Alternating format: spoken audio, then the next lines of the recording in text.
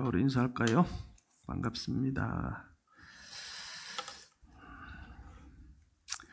네, 오늘은 사도행전 24장 24절로 27절까지 신약성경 231쪽 말씀 보겠습니다.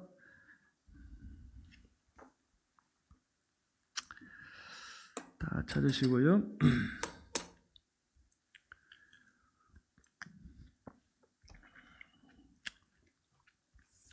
24장 24절 27절까지 시작. 수일 후에 벨릭스가 그 안에 유대 여자 드루실라와 함께 와서 바울을 불러 그리스도 예수 믿는 도를 듣거늘 바울이 의와 절제와 장차 오는 심판을 강론하니 벨릭스가 두려워하여 대답하되 지금은 가라. 내가 틈이 있으면 너를 부르리라 하고 동시에 또 바울에게서 돈을 받을까 바라는 고로 더 자주 불러 같이 이야기하더라. 이때가 지난 후 보르기오 베스도가 벨릭스의 소임을 이어받으니 벨릭스가 유대인의 마음을 얻고자 하여 바울을 고려하여 두니라. 아멘. 믿음의 흔적이라는 제목으로 말씀을 전하겠습니다. 여러분 유명 화가들이 그린 작품 감상하는 거 좋아하시나요? 혹시 유명 화가들 갤러리에 가서 이렇게 딱 그림을 보면 이런 시간을 보낸 적이 있습니까? 그 그림들을 볼 때 혹시 기회가 있을 때 이렇게 한번 보실 때 화가의 의도가 그 그림을 통해서 이해가 되어지던가요? 의도가 이걸 두고 화가가 이런 의도를 그렸구나. 이게 느껴지시냐는 거죠. 아마 대부분은 그렇지 않을 것 같습니다. 한 그림 하나 보여드릴게요. 여러분 뭐 느껴지세요? 이 그림은 미국의 추상표현주의 화가랍니다. 추상표현주의, 뭐 사실주의, 뭐 있다. 화가들의 그런 파가 있지 않습니까? 부류 이렇게 추상표현주의.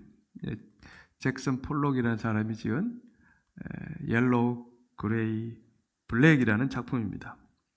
이 그림에서 작가의 의도가 느껴지십니까? 저기 보니까 옐로우도 있고 그레이도 있고 블랙은 보입니다. 그죠?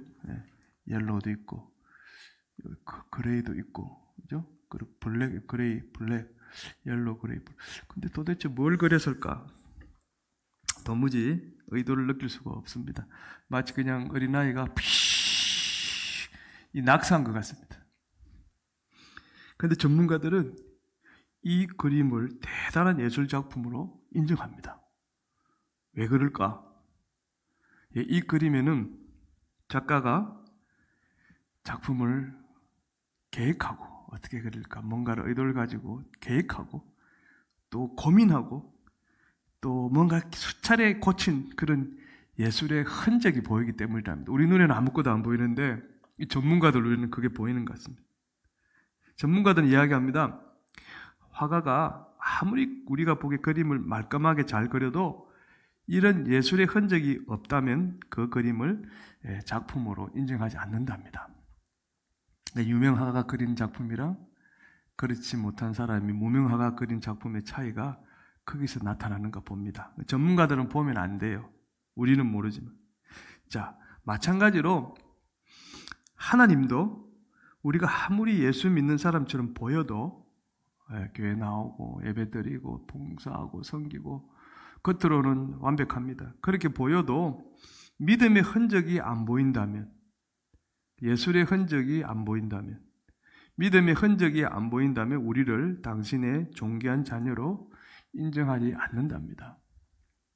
그럼 우리가 하나님의 자녀로 인정받으려면 우리에게서 어떤 믿음의 흔적이 보여야 될까? 지금부터 알아보도록 하겠습니다. 오늘 본문이 들어있는 24장 1절은 이렇게 시작합니다. 시작. 다셋 후에 대제사장 아나니아가 어떤 장로들과 한 변호사 드들로와 함께 내려와서 총독 앞에서 바울을 고발하니라. 바울은 세 번째 전도 여행을 마치고 예루살렘으로 돌아왔습니다. 그리고 먼저 하나님 계신 거룩한 성전에 올라갔습니다. 그런데 오늘 보니까 대제사장 장로들 한 변호사 더들로 그러니까 대제사장 아나니아를 비롯한 유대인들이 바울을 총독에게 고소를 합니다. 왜 그렇게 했느냐?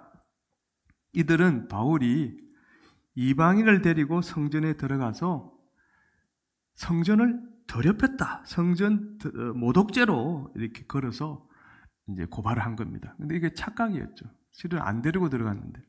그 성전에는 이방인이 들어가면 안 되거든요. 근데 이들이 이방인과 이야기하는 걸 보고는 이방인을 데리고 왔다고 그렇게 지레짐작으로 착각을 했던 것이죠. 또 바울이 이상한 소리를 하는 거예요. 대제사장 이하 유대인들은 율법을 지켜야 구원을 받는다고 알고 있는데 율법으로는 구원을 못 받고 예수님을 구주로 믿어야만 구원받는다. 이걸 계속 이야기를 하니까 그걸 듣던 백성들이 하나 둘 유대교를 떠나는 거예요. 그걸 믿는단 말이죠. 그래서 더 많은 유대인들이 백성들이 이제 이 유대교를 떠날까봐 두려웠기 때문에 이 바울을 가만히 둘 수가 없었던 거예요. 그래서 이 두 가지 제목을 엮어서 당시 총독인 이 벨릭스에게 그렇게 고소를 한 겁니다. 24장 22절 23절 볼까요? 시작. 벨릭스가 이 도에 관한 것을 더 자세히 아는 거로 연기하여 백부장에게 맹하여 바울을 지키되 자유를 주고 그의 친구들이 그를 돌봐주는 것을 금하지 말라 하니라. 예, 여기 바울의 재판을 맡은 총독 이름이 뭐라고 나옵니까? 벨릭스 나옵니다. 벨릭스는 유대인입니다. 근데 이 벨릭스를 보니까 오늘 예수님의 이 도에 관한 것, 예수님에 대한 도죠. 복음입니다. 쉽게 말하면 자세히 알고 있었다 이렇게 이야기합니다. 자세히. 어떤 다른 사람보다 더 자세히 안다 이런 뜻이죠. 그래서 벨릭스는 이 바울의 고소당한 바울이 재판을 받아야 될 거 아닙니까? 재판을 연기시켜주는 거죠. 바울을 배려하는 것 같이 보이죠? 연기시켜주고 또 바울에게 자유도 줍니다. 그러니까 감옥 안에서도 뭔가 이렇게 활동할 수 있도록 이렇게 편리를 봐줬다는 거죠. 또 바울 친구들이 감옥에 갇힌 바울을 이렇게 돌봐줄 수 있도록 그것도 허락해줬다 이렇게 이야기합니다. 우리가 보면은 벨릭스가 예수님에 대한 도를 많이 알고 아마 예수님을 잘 믿었는가 보다. 그래서 예수 믿는 바울을 저렇게 배려해 주는구나 이렇게 생각이 들죠. 실제로 그렇게 보이지 않습니까? 그리고 오늘 본문 보면 24절의 시작.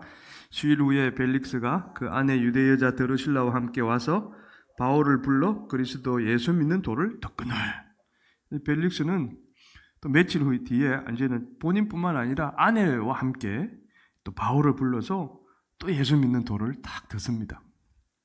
벨릭스 아내 이름이 뭐죠? 드루실라. 드루실라도 유대인입니다. 유대 여자 드루실라 이렇게 되지 않습니까? 성경을 보면 일단 그 팩트가 있죠. 이 드루실라는 어떤 사람인가 보니까 유대와 사마리아를 다스렸던 헤롯 아그리파 1세의 딸입니다. 12장에 보면은 그 헤롯 아그리파 1세에 대한 내용이 나오죠. 하나님이 큰 복을 줬는데도 하나님께 영광을 안 돌려서 벌레에게 먹혀 죽는 벌을 받았던 그 총독. 그 사람이 바로 헤롯 아그리파 1세입니다.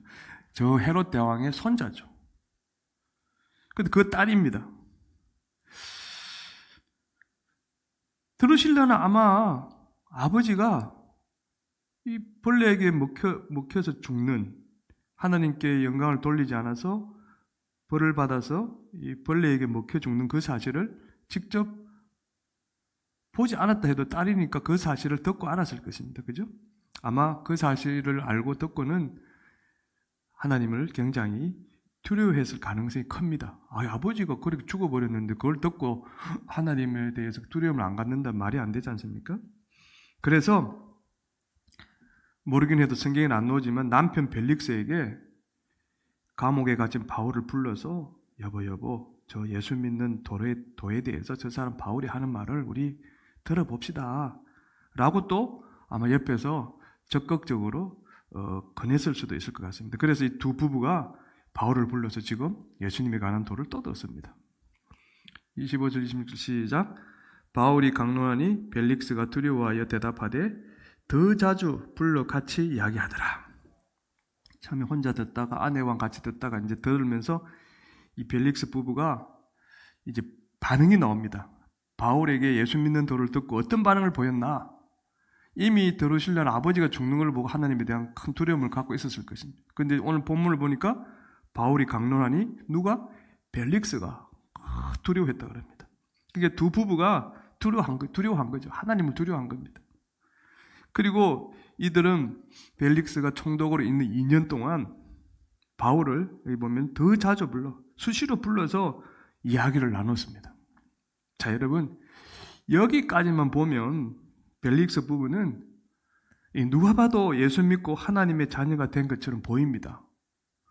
예수 믿는 바울을 배려를 해주고 그 바울을 불러서 계속 예수님에 대한 도를 듣고 있으니까 누가 봐도 의심하지 않습니다. 저 두 부부는 정말 믿음이 좋구나, 이렇게 여길 수 있단 말입니다. 그런데 성경학자들은 이 부부가 하나님 자녀로 인정을 못 받고 비참하게 죽었다고 그렇게 기록하고 있습니다. 성경이 없지만 역사로 보면 이상하지 않습니까?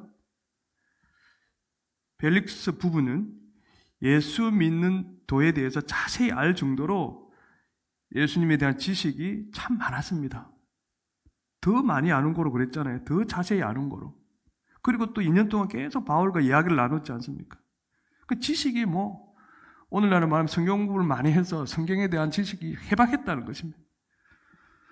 그리고 보았다시피 예수님 제자인 이 바울의 재판도 연기해주고 바울이 편하게 감옥에 지낼 수 있도록 친절도 베풀었습니다. 또 바울을 불러 예수 믿는 도를 들을 만큼 예수님에 대한 관심도 참 많았던 것 같습니다. 그리고 2년 동안 바울에게 그 예수님에 대한 얘기도 계속 들었습니다. 그런데 왜 이들은 하나님의 자녀로 인정을 못 받았을까요? 벨릭스 부부의 삶에는 예수님을 믿는 자로서 가져야 될 믿음의 흔적이 보이지 않았기 때문입니다. 믿음의 흔적이.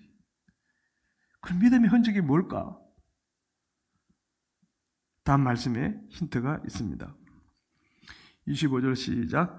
바울이 의와 절제와 장차 오는 심판을 강론하니 벨릭스가 두려워하여 지금은 가라.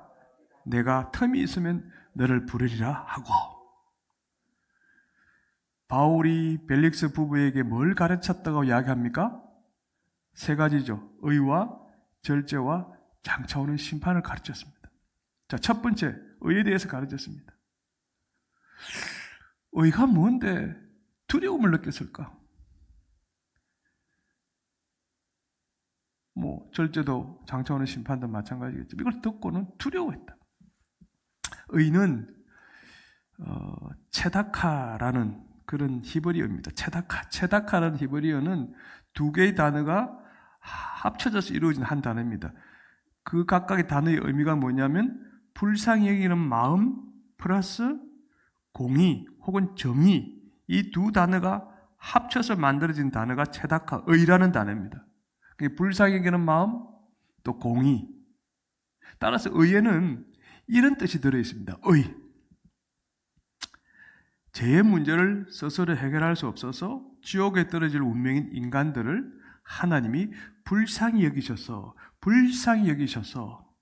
하나님의 아들 예수님이 인간들의 모든 죄를 대신 갚으시도록 십자가에 못 박혀 죽게 했습니다. 그래서 인간들은 예수님의 이름으로 죄를 회개하기만 하면 공의로우신 하나님이 그들의 모든 죄를 다 용서해서 그들을 의로운 사람으로 인정하십니다.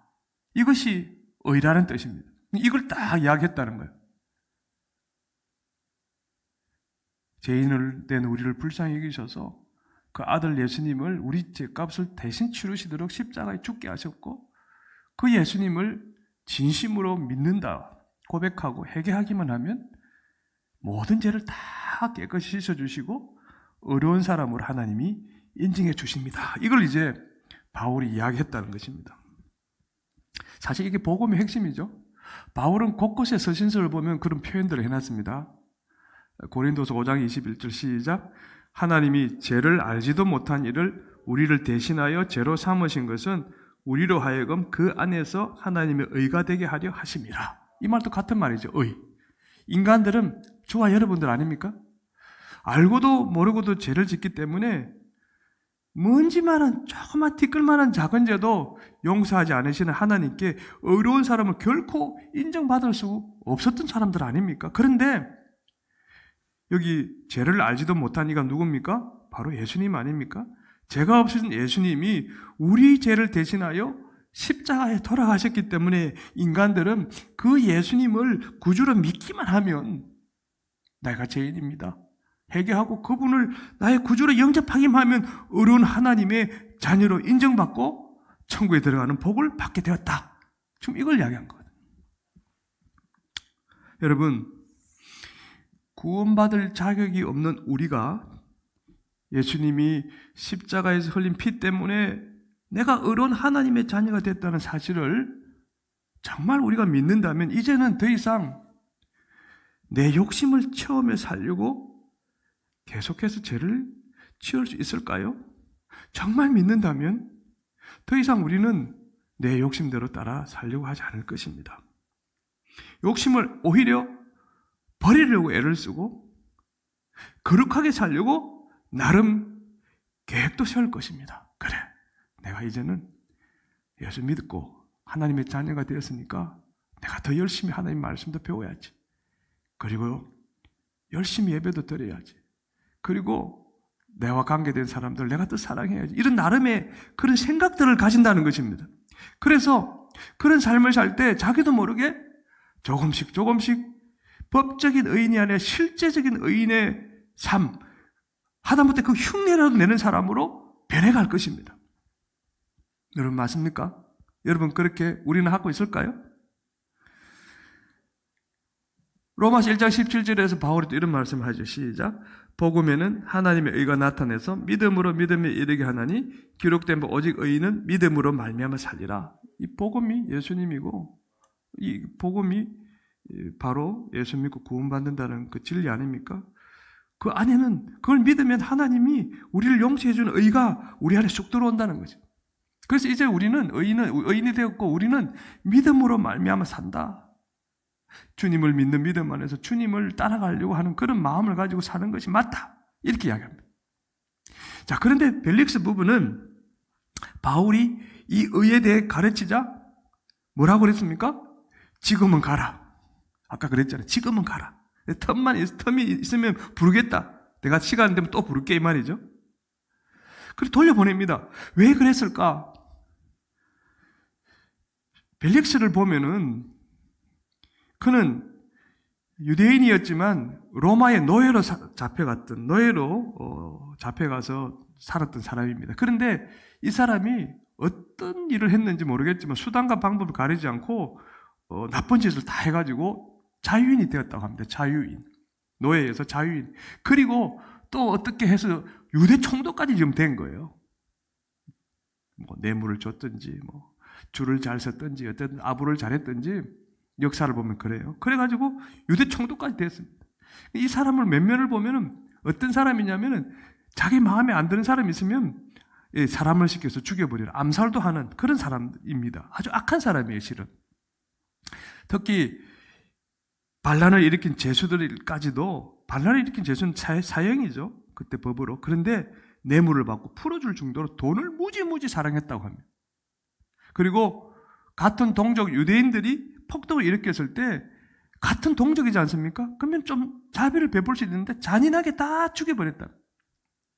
그리고 마음에 드는 여자가 있으면 뭐 유부녀건 뭐 상관없이 불륜을 해서라도 자기 여자로 만드는 그런 사람.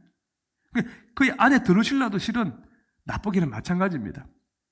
율법을 어기고 그녀는 불륜으로 지금 벨릭스의 세 번째 아내가 되었습니다. 그러니까 부창부수란 말을 쓰죠. 그 아내의 그 남편인 것입니다. 벨릭스 부부는 바울의 이 말을 들었을 때 그랬구나. 내가 내 욕심대로 살았구나. 이제는 내가 좀 그걸 내려놔야 되겠다. 이런 마음이 아니라 욕심을 채우며 사는 걸 포기하고 싶지 않았던 것입니다. 오히려. 그래서 지금은 가라. 그러며 바울을 감옥으로 돌려보낸 것이죠. 벨릭스 부부가 바울을 돌려보내 곰곰이 생각하면서 회개했다는 말이 있을까요? 없습니다. 벨릭스 부부가 그래 우리가 잘못했구나, 거룩하게 살자라고 계획을 세웠습니까? 그런 게 있습니까? 없습니다. 그래서 이들은 의로운 하나님의 자녀로 하나님께 인정받을 수 없었던 것입니다. 그 모양은 너무나 완벽했지만 그 마음이 자, 여러분 이 말씀 아시죠? 사도행전 2장 30절 시작. 그들이 이 말을 듣고 마음에 찔려 베드로와 다른 사도들에게 물어 이르되 형제들아 우리가 어찌할꼬 하거늘. 이건 이제 오순절 성령이 임한 뒤에 베드로가 성령 받고 나와서 복음을 전할 때 일어난 일 아닙니까? 그러니까 하나님의 진짜 자녀라면요, 베드로의 이 설교를 듣고 마음이 찔렸어. 내가 지금까지 살아온 게 정말 잘못 살았구나. 그게 찔려서 형제들아 우리가 어찌 해야 되느냐, 우리가 어찌 해야 이 죄를 용서받을 수 있느냐라고 반응했던 사람들처럼 우리가 예배를 드릴 때나 말씀을 읽을 때 그 말씀이 내 마음이 찔림을 줄 때, 그것이 잘못되었다는 깨닫게 해주실 때 과감하게 욕심을 버리고 거룩하게 살려고 우리는 결단해야 됩니다. 이게 하나님의 참자녀의 모습인 것입니다. 물론 수시로 욕심 때문에 죄를 지을 수 있죠. 그래서 또 후회도 할 수 있습니다. 그래도 또 예수님의 이름으로 회개하고 거룩하게 살려는 계획을 세우고 노력한 일을 계속 반복해야 된다는 것입니다. 그게 참자녀의 모습이죠. 따라서 자신의 욕심을 채우며 살고 싶어서 거룩하게 살려는 계획도 안 세우는 그런 것에 대한 생각이 전혀 없는 사람은 미안합니다. 내가 정말 예수를 믿는 사람인지 조용히 되돌아보고 의심해 봐야 됩니다. 자기 자신을 체크해야 됩니다. 그래서 사도 바울이 늘 하는 말이 네 믿음을 스스로 체크해라는 그런 말을 표현하죠. 나중에 예수 믿겠다고 미루고 자꾸 교회를 오지 않으려고 하는 사람들, 또는 진심으로 예수님을 믿지 않고 교회만 왔다 갔다 하는 사람은 이런 사람들 예수 믿는 흉내만 내는 사람일 수도 있다는 것입니다. 심지어 목회자, 사역자도 마찬가지. 저와 여러분은 어렵게 살려고 계획을 세웠다가 실패해도 실패할 수밖에 없죠. 우리가 연약함이 있는데 그래도 괜찮아요. 또다시 거룩한 계획을 세우고 지키려는 최소한의 그런 노력들을 하고 있냐는 것입니다. 만약 그렇다면 우리는 하나님의 자녀로 인정받고 천국에 들어갈 복된 사람일 것입니다. 왜? 그것이 우리의 안에 있는 믿음의 흔적이기 때문에 그렇습니다. 우리는 그런 믿음의 흔적을 가지고 있다는 것입니다. 25절 계속 볼까요? 시작. 바울이 의와 절제와 장차오는 심판을 강론하니, 바울이 벨릭스 부부의 두 번째로 뭘 가르쳤습니까? 절제입니다. 절제는 헬라어로 엔크라테이아입니다. 엔크라테이아. 왜 제가 N을 강조하냐면 N은 이렇게 접두사로서 하나의 전치사격인데요. 뭐뭐 아래라는 뜻입니다. under, 영어로 치면. 크라테이아는 능력을 뜻합니다. 파워. 그러니까 절제는 뭐뭐의 능력 아래라는 뜻입니다. 뭐뭐의 능력 아래.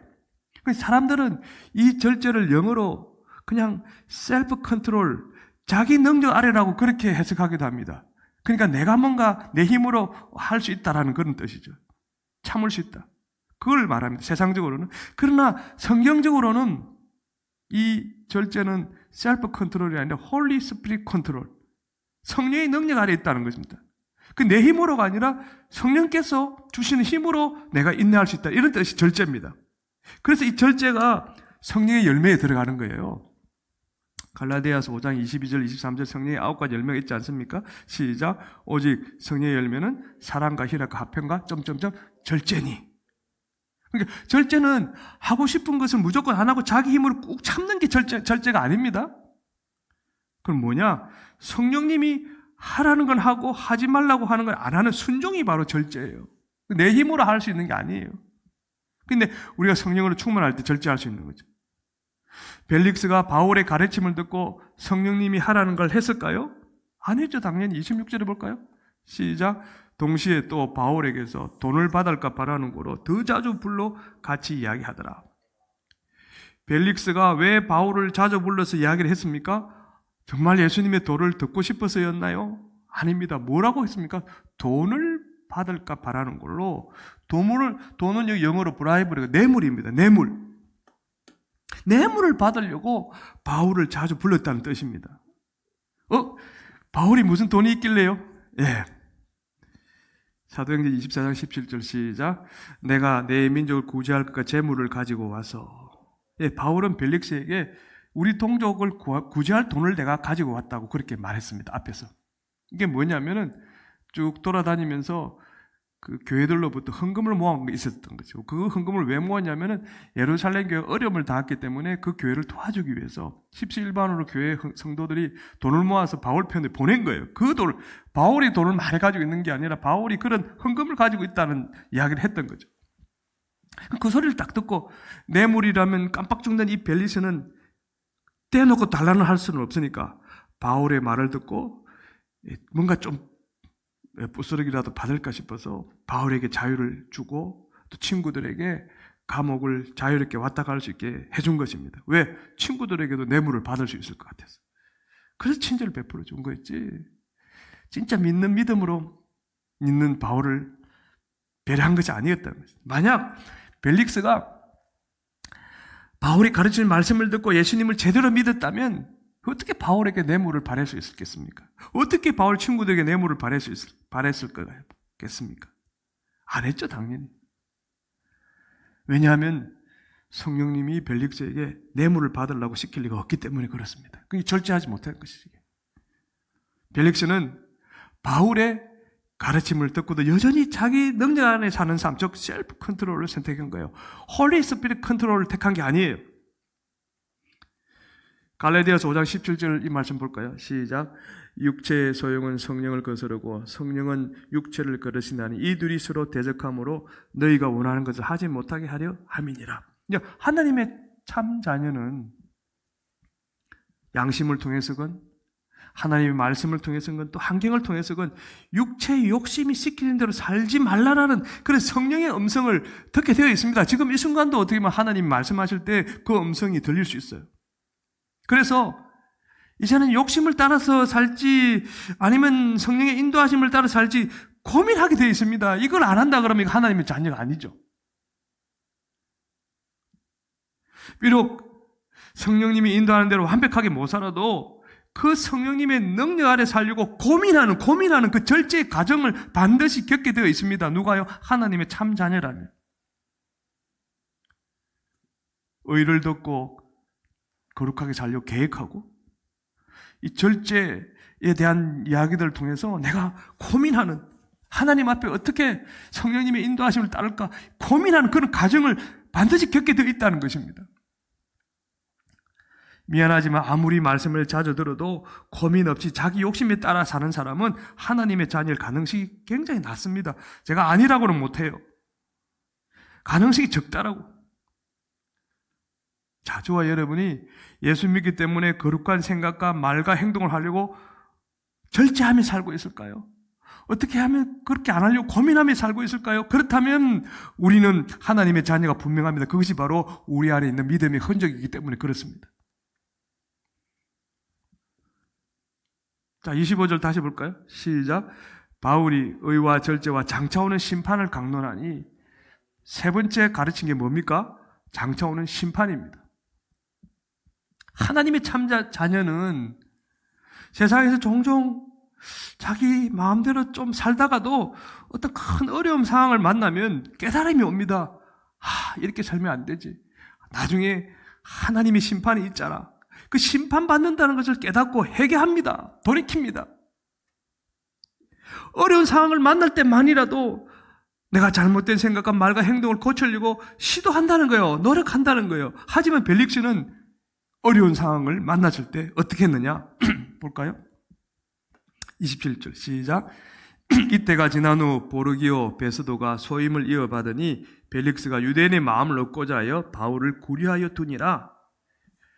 벨릭스는 바울을 감옥에 가둔 지 2년 후에 이제 로마로 소환당하게 됩니다. 이게 그냥 퇴임하고 아주 영광스럽게 가는 게 아니라 완전히 황제로부터 이제 강제로 이제 총독직을 그만두고 벌을 받기 위해서 황제로부터 소환을 당한다는 그런 의미거든요. 큰 위기를 맞은 거죠. 왜냐하면 유대인 지도자들이 반란을 일으켰던 동족들을 잔인하게 죽인 이 벨릭스를 처벌해달라고 로마 황제에게 이 진정서를 냈기 때문이죠.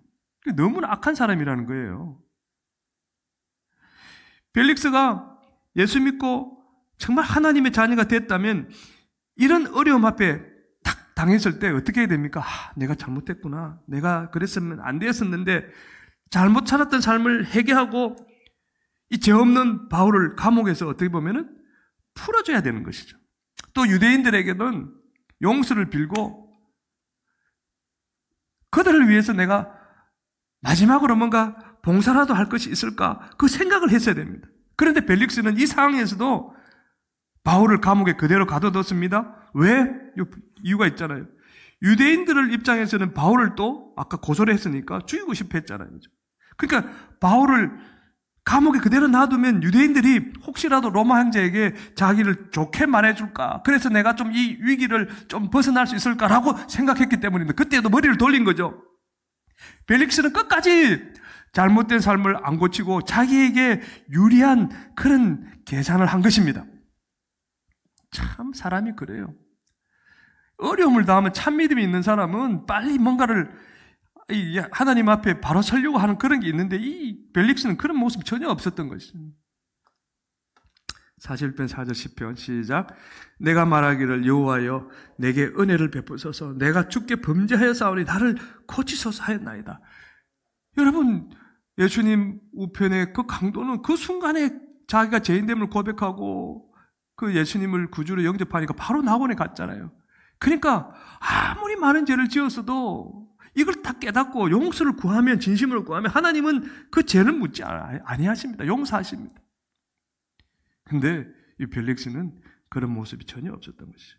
하나님의 참자녀는 어려운 상황을 만나면 내가 잘못한 것이 있어서 하나님께 혹 벌을 받는지 그것부터 체크해 봐야 됩니다. 그리고 잘못한 말, 행동이 생각나면 회개하고 고치려고 노력합니다.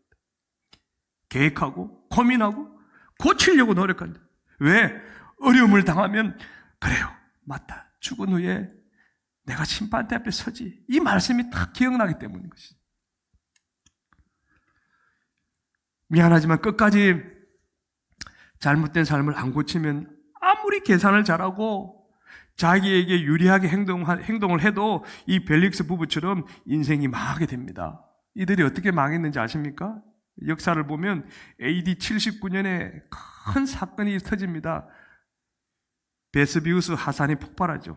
베스비우스 하산하면 여러분이 잘 느낌이 안 오겠습니다만 폼페이가 그 도시가 이 하산으로 죽음의 도시가 되었지 않습니까? 이들이 로마로 소환당하고 난 뒤에 벌을 받고 거기 폼페이로 가서 살고 있었다고 합니다. 그때 마침 벨릭스 아내 드루실라와 이 벨릭스에게 아들이 한 명 있었는데 대를 이을 아들이 한 명 있었는데 그때 그 하산으로 다 죽게 됩니다. 근데 벨릭스는 그 자리에 없었는지 살게 되지만 그 후에 벨릭스가 비참한 인생을 살다가 죽었다고 역사는 기록하고 있습니다. 그러니까 벨릭스 가문은 멸망당했고 아마 지금은 지옥불에서 고통을 받고 있겠죠. 어려움을 당할 때 하나님의 심판에 대해 의식하고 잘못된 삶을 고치려고 한다면 우리는 믿음의 흔적을 가진 사람일 것입니다. 장차올 심판을 통과하고 천국에 들어갈 복된 사람일 것입니다. 여러분, 아무리 예수 믿는 흉내를 내며 살아도 결국 심판대 앞에서는 이 짝퉁 믿음의 흔적을 감출 수가 없습니다. 하나님 앞에서는 어렵게 살려고 계획하고 성령의 능력 아래 절제하려고 고민하고 또 하나님의 심판을 의식해서 잘못된 것을 고치는 그 믿음의 흔적을 가져야만이 천국에 들어갈 수 있다라는 것입니다. 하나님은 그걸 보시는 것이죠. 이런 믿음의 흔적이 있으면 여러분 이대로 살려고 하면 어려움을 당할 수도 있습니다. 세상에서 폼나게 못 살 수도 있습니다. 그래도 천국에 들어가고 천국에서 예수님과 함께 영원토록 왕노릇하며 살게 된다. 이게 성경의 교훈 아닙니까? 진리 아닙니까? 그래서 바울이 이런 고백을 했죠. 갈라디아서 6장 17절 시작. 이후로는 누구든지 나를 괴롭게 하지 말라. 내가 내 몸에 예수의 흔적을 지니고 있노라. 우리가 천국에 들어갈 때 필요한 건 돈도 명예도 가족도 친구도 건강도 아닙니다. 실은 예수 믿는 믿음의 흔적이죠. 입으로만 예수 믿지 말고 몸과 마음으로 진심으로 예수를 믿어야 그 믿음의 흔적이 내 안에 생기는 것입니다. 교회가 어떤 것입니까? 바로 의와 절제와 장차올 심판에 대해 가르치는 것입니다. 저는 오늘 8주년 기념을 주일을 맞이하면서 다시 한번 제가 목회하는 동안 이 부분에 대해서 계속 저와 여러분들에게 하나님의 음성으로 전하고 함께 이것들을 이루어 나가기 위해서 애를 쓸 것입니다. 우리 모두 참 믿음의 흔적을 가지고 천국에 들어갈 수 있기를 주님의 이름으로 축복합니다.